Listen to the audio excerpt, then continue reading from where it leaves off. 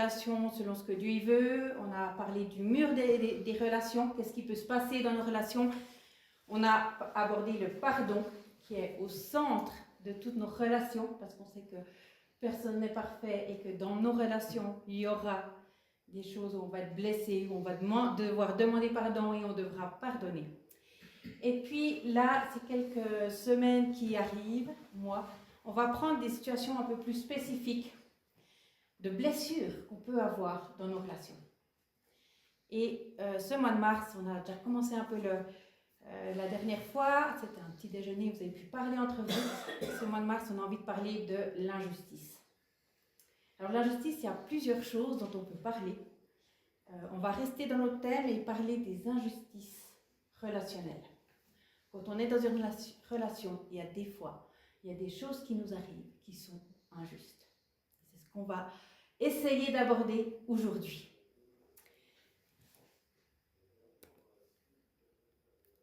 Alors, comment je fais? Ah oui, non, c'est juste là. Ça vient? Non, ça vient là, mais pas là.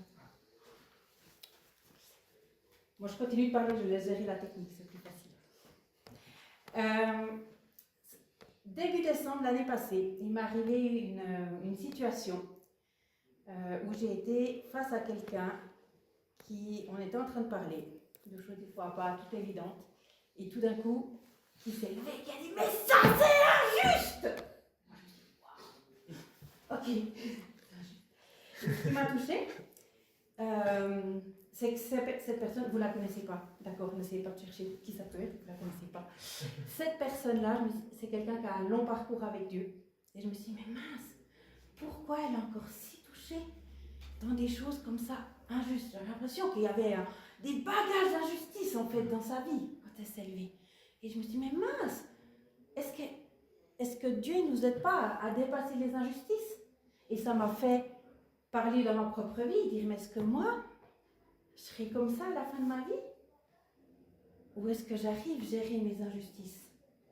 Puis un peu dans cette même période, j'accompagnais aussi une situation où il y a eu de réelles injustices. Et puis, pour les personnes qui étaient en position d'injustice, j'ai vraiment reçu le psaume 4, verset 2, qui dit, je serais censée le savoir par cœur, hein, mais qui dit, c'est David qui parle, qui dit « Réponds-moi quand je t'appelle, ô Dieu, toi qui me fais justice. » Et je l'ai reçu pour la personne qui vivait l'injustice, donc je l'ai transmis, mais j'ai un peu pris le passage pour moi, au passage aussi. Je me dis « Oh tiens, je vais retravailler là-dessus aussi, ça m'intéresse. » Et puis, c'était un temps où j'avais aussi besoin, moi, de déposer des choses, et ça m'est arrivé pendant ces vacances de Noël où j'ai vraiment pu me dire, mais en fait c'est vrai, j'ai besoin d'aller vers Dieu pour déposer mes injustices. Et j'ai pas envie que les injustices que je vis bloquent ma vie. Je veux pas être comme cette personne dont j'ai parlé avant qui est comme ça pris encore par les injustices qu'il a vécues. Et oui, ok, c'était des choses réelles sûrement, il y avait des vraies injustices. Mais comment faire pour ne pas être bloqué là-dedans? Et alors que je méditais ce verset, j'ai eu juste des temps où j'ai pu aller vers Dieu, j'ai pu déposer ce qui était injuste. Et j'ai vraiment vu un changement, des choses qui étaient lourdes pour moi en fin d'année, tout d'un coup, qui sont parties. C'est comme si Dieu m'a dit, ok, c'est en 2025, entre dans 2026 et dans ce que je vais te donner. Mais c'est pas obligé d'être un changement d'année, mais je crois que dans les injustices qu'on vit, Dieu veut nous dire, ok, ça s'est passé, mais il y a une nouveauté de vie. Entre dans cette nouveauté de vie. Mais pour ça, on a essayé de décortiquer un peu des étapes à vivre, parce que c'est pas tout évident. On a un peu galéré de pas juste vous dire, ben voilà, allez vers Dieu qui vous rendra justice. Et on s'est dit, mais attends, concrètement, qu'est-ce qu'on fait? Et c'est important, parce qu'on est des êtres humains, et puis des fois, c'est pas juste, oh, ben, c'est injuste, va vers Dieu, et puis il fera quelque chose. Et c'est important de se dire, mais qu'est-ce qu'on peut faire? Et qu'est-ce qui se passe? Première chose, bah du coup, ouais, Jean-Pascal, je te laisse la place déjà pour essayer de se dire c'est quoi une injustice. Alors, En réfléchissant à l'injustice, je me dis, ah ben, alors il y a plein de choses, mais c'est souvent quelque chose à laquelle on s'attend à avoir droit. On se dit, mais moi j'aurais le droit, voilà, dans le bus de pouvoir m'asseoir, c'est injuste que tout le monde soit assis, par exemple, ça dépend. Ou voilà, peut-être on est tous à table, quelqu'un sert l'eau, et puis moi on ne sert pas. Ah ben, j'aurais le droit d'avoir de l'eau dans mon verre. Voilà, c'est toutes ces choses-là auxquelles on pourrait attendre qu'on ait en fait, dans la vie, des choses qu'on aurait droit un petit peu. Alors voilà, l'approbation, la reconnaissance, le respect, avoir une place dans ce monde, d'être encouragé. Bah ouais, des fois par nos parents, on aimerait bien que les parents nous encouragent, ou nos collègues, ou comme ça, voilà. La visibilité, des fois on dit oh mais personne ne me voit, c'est injuste. Voilà, il y a plein de situations où peut-être vous pouvez mettre les vôtres aussi, c'est-à-dire c'est quoi vos injustices les plus fortes, les miennes, on pourrait partager pendant un petit moment, en tout cas là, chacun là-dessus. Et puis il y avait un bonhomme qui marchait avec son sac à dos. Alors j'utilise un peu cette image un peu souvent ces temps, mais c'est vrai que des fois l'injustice, des fois on la porte, hein, un peu comme dans un sac à dos, tout ce qu'on a vécu. Et puis c'est vrai qu'on verra. Ben, premièrement, des fois, d'ouvrir ce sac à dos et puis de pouvoir voir ce qu'il y a dedans. C'est important. Et ensuite, on va voir comment est-ce qu'on peut faire. Voilà.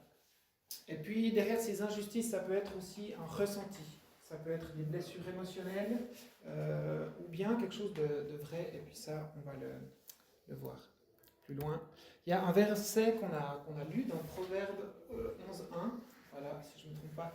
Et puis, il y en avait un que l'Atmina avait amené dimanche il y a 2 semaines, qui était dans les petits billets, ça parlait des balances faussées. Que Dieu, il n'aime pas que quelqu'un trafique sa balance. Que quand on va au marché pour acheter 3 kilos de patates, on aimerait bien que ce soit 3 kilos de pommes de terre. Si on rentre à la maison et on voit qu'il n'y a que 2,5, on se dit c'est injuste. On tourne au marché, il n'y a plus personne. Voilà. Mais pour nous aussi, des fois, face aux injustices, on peut se dire mais c'était pas juste. Moi, avec les enfants, c'est tous les jours.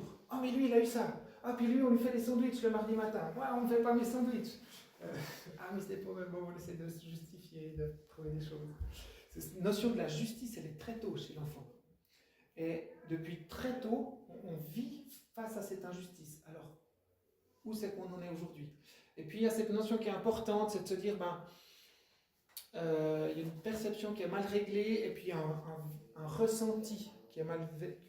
Et puis ça, c'est important de se dire, ok, cette justice, c'est aussi moi qui mets une limite à un moment donné. Ça, c'est juste, ça, c'est pas juste.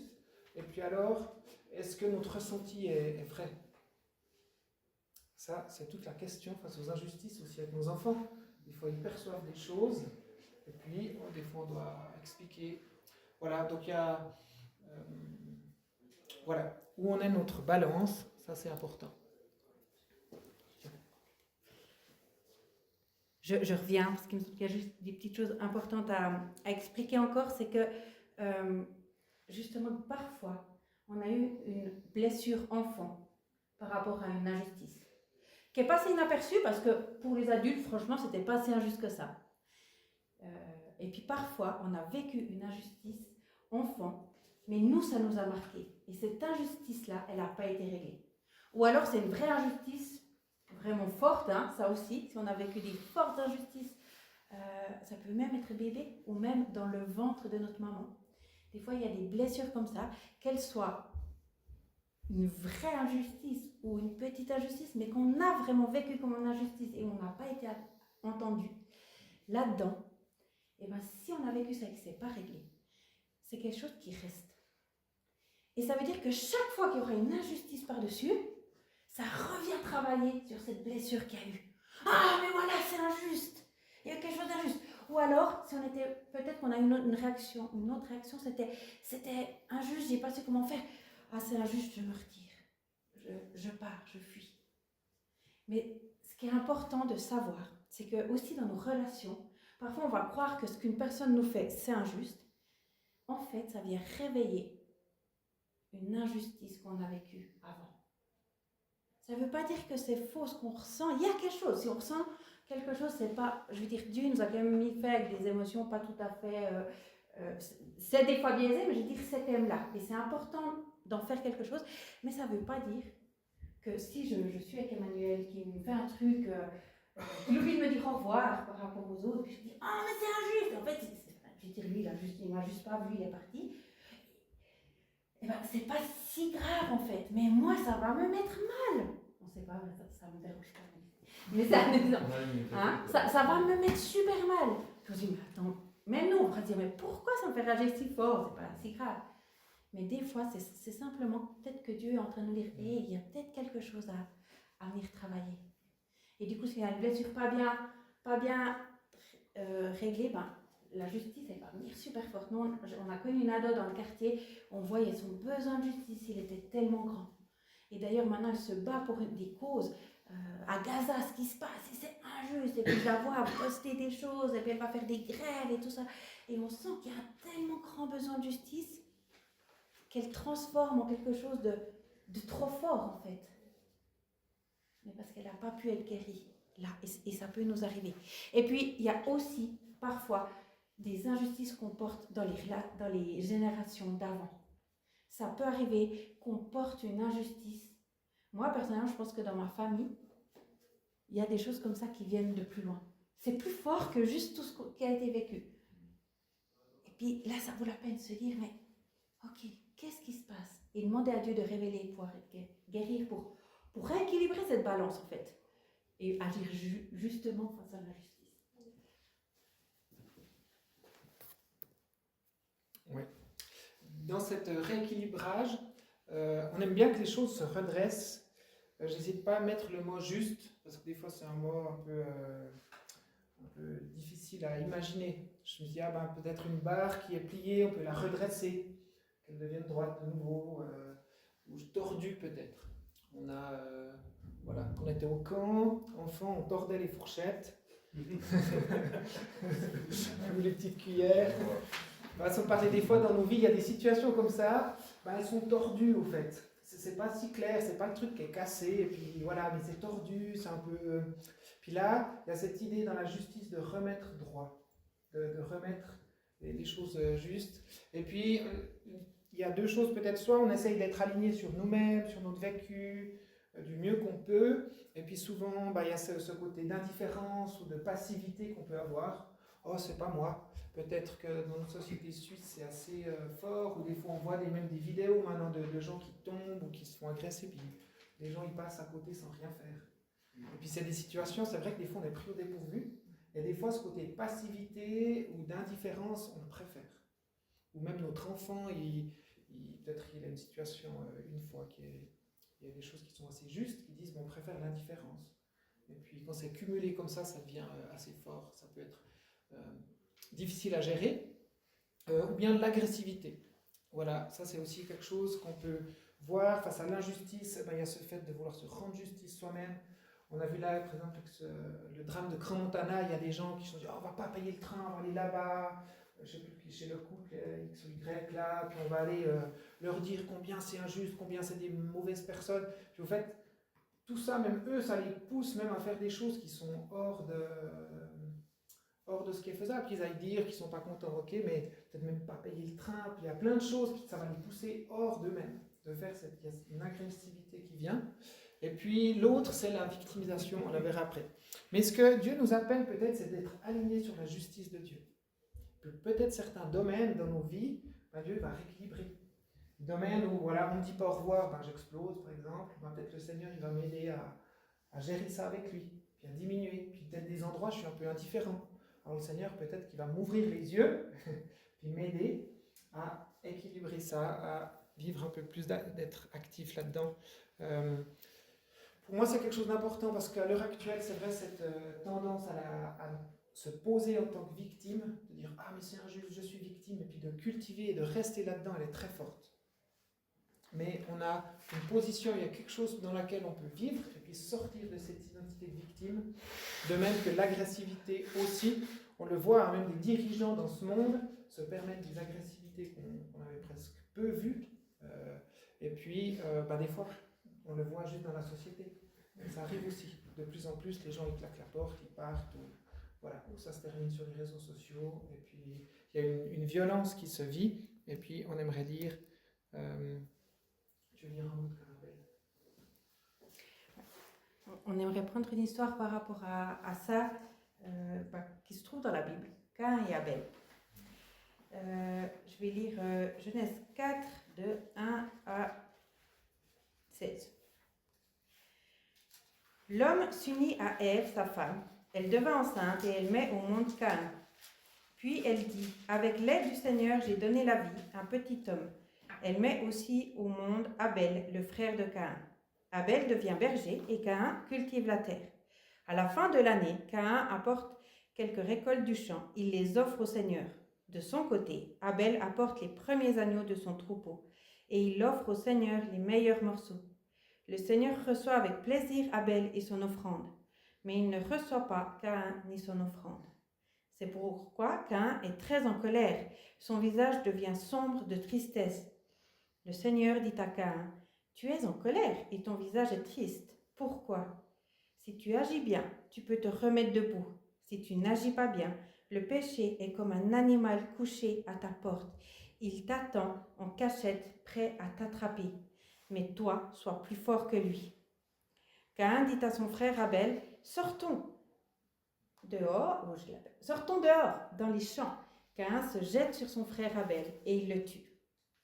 Alors le Seigneur dit à Caïn, « Où est ton frère Abel ?» Caïn répond, « Je ne sais pas. Est-ce que je suis le gardien de mon frère ?» Le Seigneur continue, « Qu'est-ce que tu as fait là ? J'entends la voix du sang de ton frère. Dans le sol, elle crie vers moi pour demander vengeance. Le sol s'est ouvert pour recevoir le sang de ton frère que tu as tué. Eh bien maintenant, ce sol te maudit. Quand tu le cultiveras, il ne te donnera plus ses richesses. Tu iras toujours d'un endroit à un autre et tu ne pourras jamais t'arrêter sur la terre. » Caïn dit au Seigneur, « Ma punition est trop lourde à porter. Aujourd'hui, tu me chasses de la bonne terre. Je vais être obligé de me cacher loin de toi. J'irai toujours d'un endroit à un autre et je ne pourrai jamais m'arrêter sur la terre. Et celui qui me trouvera pourra me tuer. » Le Seigneur répond à Caïn, « Mais non, si quelqu'un te tue, il faudra tuer 7 personnes pour que tu sois vengé. » Et le Seigneur met une marque sur Caïn. Alors celui qui le rencontrera ne pourra pas le tuer. Caïn part loin du Seigneur. Il va habiter au pays de Nod, à l'est d'Éden. Dans cette histoire, on voit qu'il y a 2 frères. Les 2, ils ont une activité différente et les 2, ils ont envie d'offrir un cadeau à Dieu. Et puis, Dieu, il préfère un cadeau qu'un autre. Est-ce que c'est juste ? C'est pas très juste. Ouais, Caïn, il a quand même pris du temps pour faire son cadeau, son offrande à Dieu. Je veux dire, nous, des fois, on prend quand même beaucoup de temps pour faire des choses. Et pourtant, il y a un autre qui est plus reconnu que nous. Il y a un autre qui est plus mis en avant que nous. Et dans cette situation, Dieu, il vient voir Caïn et il essaye d'entrer en dialogue. Alors, bon, on pourrait essayer de voir mais pourquoi Dieu préfère l'offrande de l'autre. On n'a pas le temps de tout voir aujourd'hui. Ce que j'ai envie de voir, c'est ce qui se passe après. Dans ce sentiment, du coup, qui habite Caïn, il y a de la jalousie, hein, mais quelque part, il y a de la jalousie. Pourquoi ? Parce que c'est pas très juste. C'est pas juste. Je sais pas, moi j'ai travaillé super bien et mon collègue il passe devant. Moi j'ai postulé pour une place, je me suis super bien préparée, j'ai des super qualités et je suis pas pris. Là-dedans, Dieu il essaye de venir en relation avec Caïn. Il essaye de venir le chercher. Et même il lui dit, mais n'essaye pas d'aller trop loin. Essaye de te redresser. Dieu, il tend la main. Il tend la main à la relation. Mais Caïn, on voit, on ne l'entend pas répondre à Dieu. Ce qu'il fait, c'est qu'il écoute ce sentiment d'injustice. Après tout, c'est injuste. Et ouais, j'ai le droit. Et oui, dans nos sociétés, si vous êtes un petit peu sur les réseaux sociaux, regardez qu'on a le droit d'aller dire comme ça, d'aller critiquer, d'aller dire, d'aller exprimer notre colère. Mais qu'est-ce que ça amène? Ça amène la mort. Ça amène la mort. Pour la personne qui a fait l'injuste, contre qui on s'est dit c'est injuste, mais c'est pas elle qui a fait l'injustice, mais ça amène la mort pour la personne contre qui ça joue pas, et ça amène la mort pour Caïn. Le sol n'apportera plus la vie. Et c'est intéressant juste de voir, et c'est ce qu'on va voir ensuite, c'est dans la suite du passage, c'est que après, Caïn ose parler un peu avec Dieu.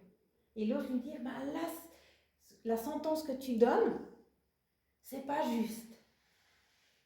Et Dieu a entendu, parce qu'il dit, c'est pas juste parce que je vais me faire tuer. Et Dieu entend, il dit, non, tiens, je vais te donner une solution pour pas que tu te fasses tuer. Donc quand il va vers Dieu, ça amène autre chose. Et ça, c'est intéressant.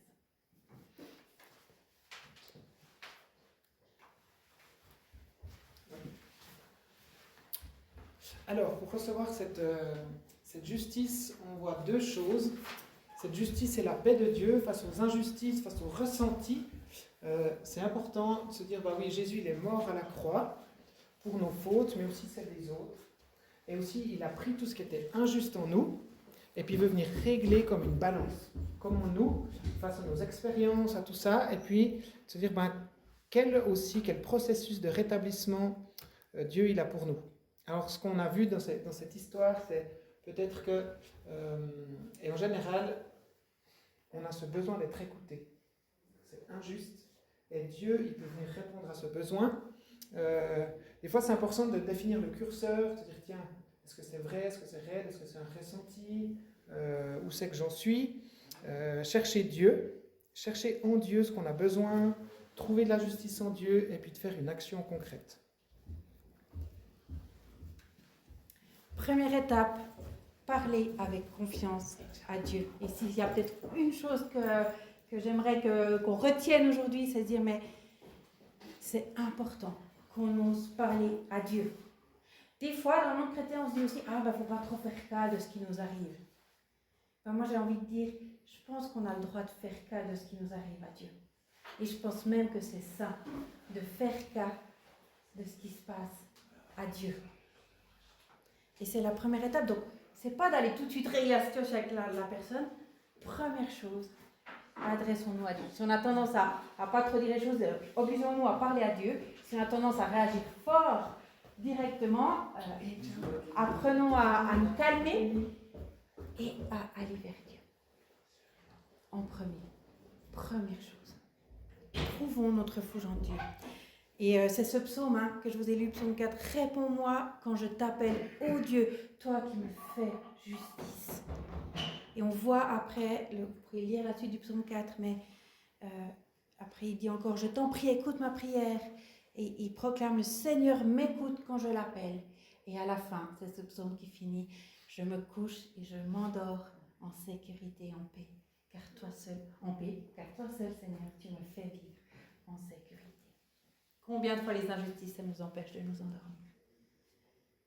Mais quand on va déposer ça à Dieu, moi je crois qu'il amène quelque chose, il amène sa paix. Et puis, Jésus, il est mort il est venu sur la terre, il est mort pour nous, pour les injustices. Donc si, désolé peut-être, mais il ne s'en fout pas. Il n'en a pas rien à faire de ce qu'on a vécu. Il est là et on a le droit d'aller lui parler. Il entend et il est aussi en colère avec toi pour les injustices que tu as vécues. Et il a envie de t'écouter.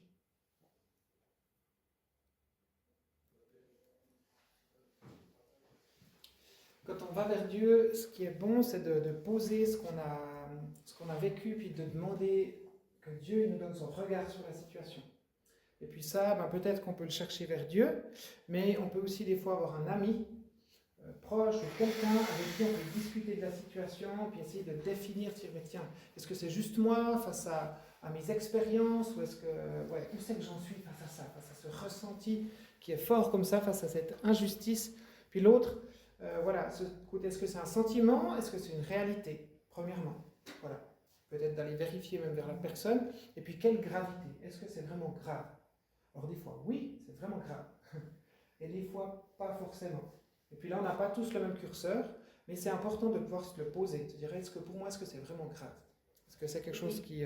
Et là, c'est aussi vraiment de le vivre avec Dieu, en premier lieu. Oui. Dieu peut nous montrer, et c'est là, j'ai envie de dire, même nos sentiments d'injustice, allons les déposer à Dieu. Peut-être qu'ils ne sont pas tout à fait valables, mais allons les faire. Et lui, après, il va nous aider et dire, ok Rachel, d'accord, mais c'est pas si grave, en fait, ça va aller, tu vas t'en remettre. Ou alors, des fois, il va dire, oui, je suis d'accord, c'était injuste. Et ça, quand c'est vraiment injuste, qu'est-ce que ça fait du bien de l'entendre? D'être validé dans cette injustice aussi. Ouais. Dieu, il veut vraiment, il nous dit, déchargez-vous sur moi, remettez-moi tous vos fardeaux, vos soucis, car moi-même je prends soin de vous. C'est vrai qu'il n'y a que nous qu'on peut le faire. Dieu, il ne va pas tout d'un coup comme ça nous débarrasser du fardeau de l'injustice. C'est à nous d'aller vers Dieu. Mais on peut le faire parce qu'il nous entend et parce qu'il est vraiment, il prend soin de nous. Puis derrière cette idée de dire nos injustices, c'est de dire, mais Seigneur, voilà ce que ça m'a fait. Et des fois, c'est là que c'est compliqué pour nous. Parce que des fois, il y a un peu notre orgueil qui remonte, qui dit, non, mais il faudrait que je sois fort. Il ne faudrait pas que ça me touche, il ne faudrait pas que ça m'atteigne. Et au fait, ça a touché quelque chose en nous. Et puis ça crée quelque chose, un conflit intérieur. Et puis c'est là, on peut vraiment faire confiance à Dieu pour vraiment lui remettre. Et puis au fait, il y a ce choix de dire, ok, est-ce que dans ce moment-là, est-ce que c'est l'Éternel qui est mon berger ou est-ce que c'est moi-même qui conduit? Alors si l'Éternel est mon berger, je ne manquerai de rien. Il y a ça derrière aussi. Je ne manquerai pas de justice. Le Seigneur, il va me parler. Il va faire quelque chose pour que cette justice puisse être exprimée, déposée. Et puis l'autre... Au début, on a parlé du manque. L'injustice, c'est qu'il y a eu un manque de quelque chose.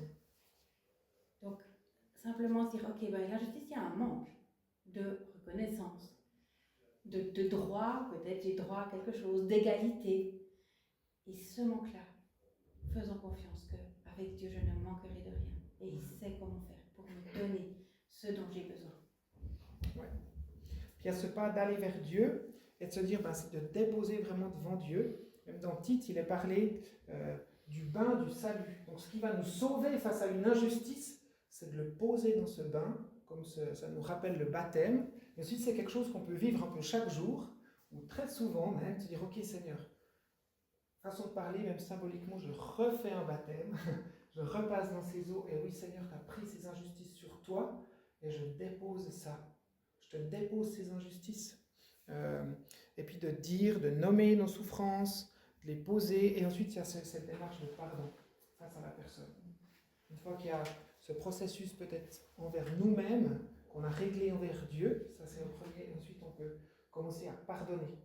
Alors comme on l'a déjà vu, pour pardonner, il faut être clair, c'est quelque chose, on ne pardonne pas en général, on dit des choses claires, qui sont précises, et puis il y a ce choix du pardon au nom de Jésus, et puis ensuite cette proclamation d'entrer dans quelque chose de nouveau. Et puis en général derrière ces injustices, il y a quand même cette finalité de choisir, de dire que la justice finale, elle revient à Dieu. Alors ensuite on va voir dans les actions concrètes, qu'est-ce que ça veut dire, mais il y a quand même ce sentiment intérieur de se dire, oui, un jour Dieu il fera justice. Peut-être pas ici sur terre, ça je ne sais pas quand, mais un jour la justice elle sera là. Et de faire confiance à Dieu comme ça, il y a de la paix qui vient, et c'est vrai que ça permet aussi de se décharger. Par rapport à la justice de Dieu, la première justice qu'il fait, c'est qu'il est mort sur la croix, et que nous-mêmes nous sommes justifiés, donc il prend nos péchés et il nous pardonne. Donc il offre aussi cela à la personne qui fait des injustices à nous. Et c'est là où on ne peut pas chercher notre propre justice à la façon humaine, mais faisons confiance que le système de justice de Dieu, il est parfait et il est bon. Et puis, cinquième étape du processus, c'est que souvent, avec Dieu, il aime la mise en pratique et il nous amène dans des actions concrètes. Une fois qu'on a pu vivre tous avec Dieu, lui parler, définir qu'est-ce que c'était vraiment, c'est une vraie injustice, c'est un sentiment, enfin voilà. Chercher en fait ce qui nous manque en Dieu et faire confiance en la justice de Dieu. Et bien on est prêt pour dire à Dieu, bah Seigneur, ok, maintenant je fais quoi de tout ça? Et c'est quoi le prochain pas? La liste là n'est pas exhaustive, mais peut-être que la personne Dieu va simplement vous dire, bah pardonne. Et puis là, bah voilà, on finit le processus pardon. Si c'est trop compliqué, on fait une lettre de pardon, comme on a vu. Voilà, je préfère au message de pardon qu'on retrouve aussi sur Internet, sur YouTube, si jamais. Et puis on vise pardon. Ces actions, ça peut être et ou, peut-être un. Il y a parfois, Dieu va nous dire, bah, va parler à la personne. Matthieu 18, si tu as quelque chose contre ton frère, va vers lui et va lui parler. Ce qui est juste important, c'est de parler à Dieu avant, parce que justement, si on a déjà réglé avec Dieu, on peut y aller paisiblement. Et puis parfois, c'est important. Voilà, notre fils aîné nous a dit dernièrement, mais ça, c'est pas juste. Et puis au début, j'ai failli dire, ouais, mais c'est bon, franchement, t'as déjà entendu, on sait. Puis je dis, ah non, il a besoin d'être écouté. Et je lui dis, ah oui, mais t'as raison de nous le dire, merci. Et ensemble, du coup, on a pu trouver une solution. J'ai dit, bah oui, t'as raison. En fait, ce qui s'est passé, c'est pas juste. Sa sœur a reçu un lecteur MP3 pour écouter voilà, de la musique sur Spotify pour ses 10 ans. Et puis, bah, lui, il n'avait pas reçu ça. Parce qu'on n'y avait pas pensé à cette époque-là. Ouais, c'est pas juste. Parce que lui, il n'a pas ça maintenant. Mais le fait qu'il en parle déjà, on a pu trouver des solutions ensemble. Parfois, il y a besoin de prendre position spirituellement. Des fois, il y a des vraies injustices. Hein. Moi, ça m'est arrivé une fois où j'ai été dans une situation et tout d'un coup, j'ai vraiment entendu ce verset qui dit toute langue, toute arme forgée contre toi sera brisée, toute langue qui t'accusera sera jugée.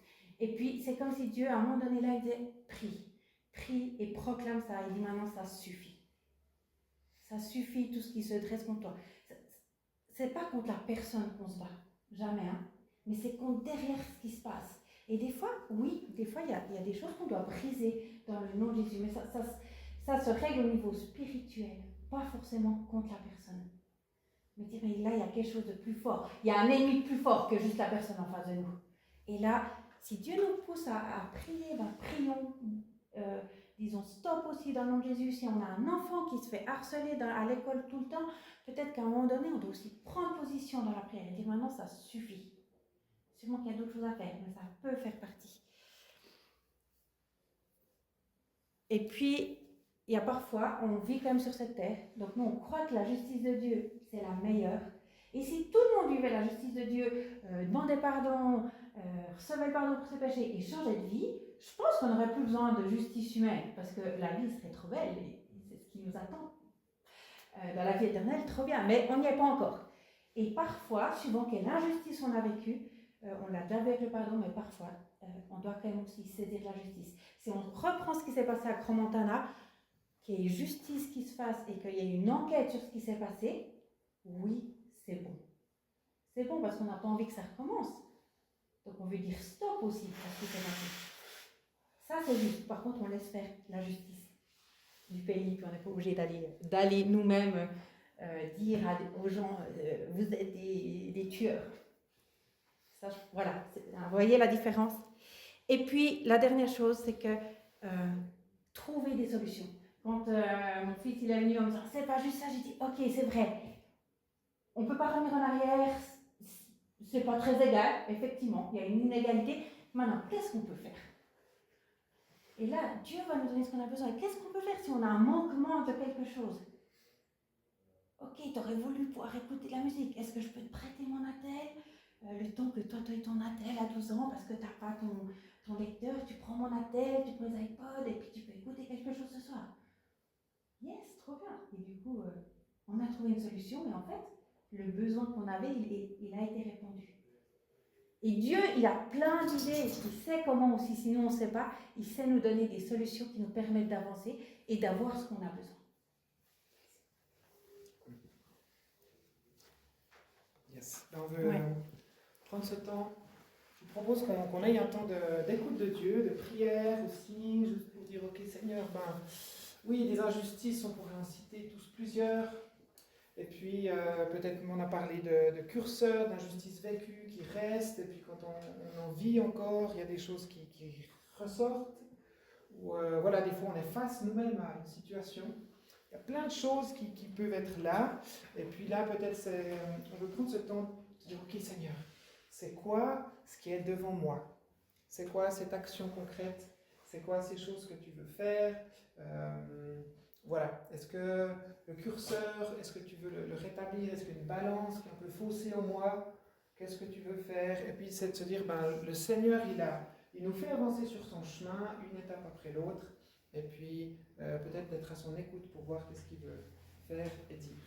Et puis on veut prendre ce temps de prière, et puis après on aura encore prendre un temps de louange aussi après, pour peut-être d'avoir un dialogue un peu plus long avec Dieu, le remercier, et puis qu'on aille ce temps-là. Je vais compléter, je prie. Ok, la première chose qu'on a envie de vivre ce matin, c'est qu'on aimerait vous proposer de se dire, ben, déjà, est-ce qu'il y a un rééquilibrage de ma balance qui a besoin d'être fait? C'est la première chose. Et on vous propose de prendre un temps, on va prier pendant ce temps, et puis on vous propose de vous mettre à l'écoute de Dieu et de le laisser vous parler, de vous montrer peut-être là où la balance elle a besoin d'être ajustée. Et vous n'allez peut-être pas pouvoir tout vivre aujourd'hui, mais peut-être que Dieu va pointer un endroit qui a déstabilisé la balance et dire, ben, cette injustice-là que tu as vécue, tu la portes encore, et puis en fait ça vient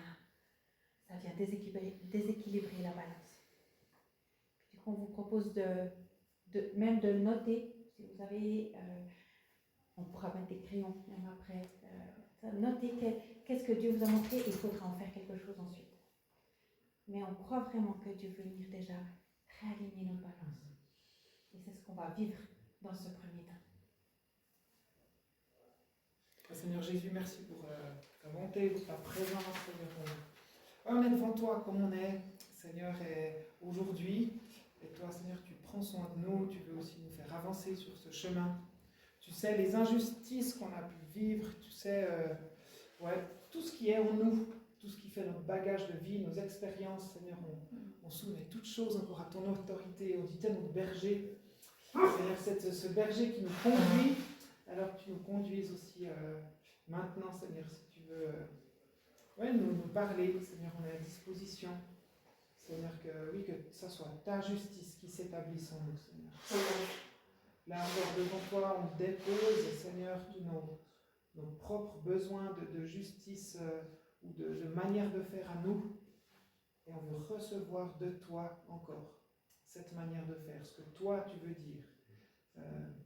C'est vrai, Seigneur, tu es aussi ce médecin qui vient, qui guérit, qui vient rétablir, qui vient rééquilibrer ces balances, ces expériences face à l'injustice. Merci, Père, parce que tu es là, parce que tu prends soin de nous, Jésus. Amen.